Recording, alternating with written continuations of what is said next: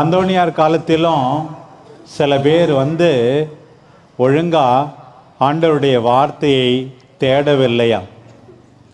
அந்த சமயத்தில் ஒரு புதுமை நடந்தது.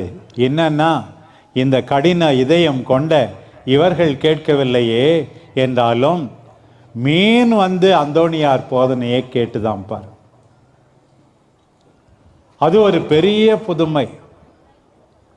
அந்தோனியார் இறுதியாக அடக்கம் செய்யப்பட்ட கொஞ்ச நாட்கள் போதித்த பதுவா நகரத்திலே 30,000 பேர் அந்தோனியார் பிரசங்கம் வைக்கும்போது கேட்டார்கள்.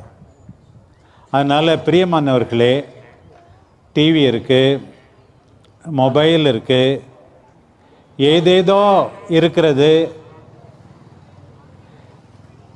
இவற்றின் வழியாக நல்லதை கற்றுக்கணும்.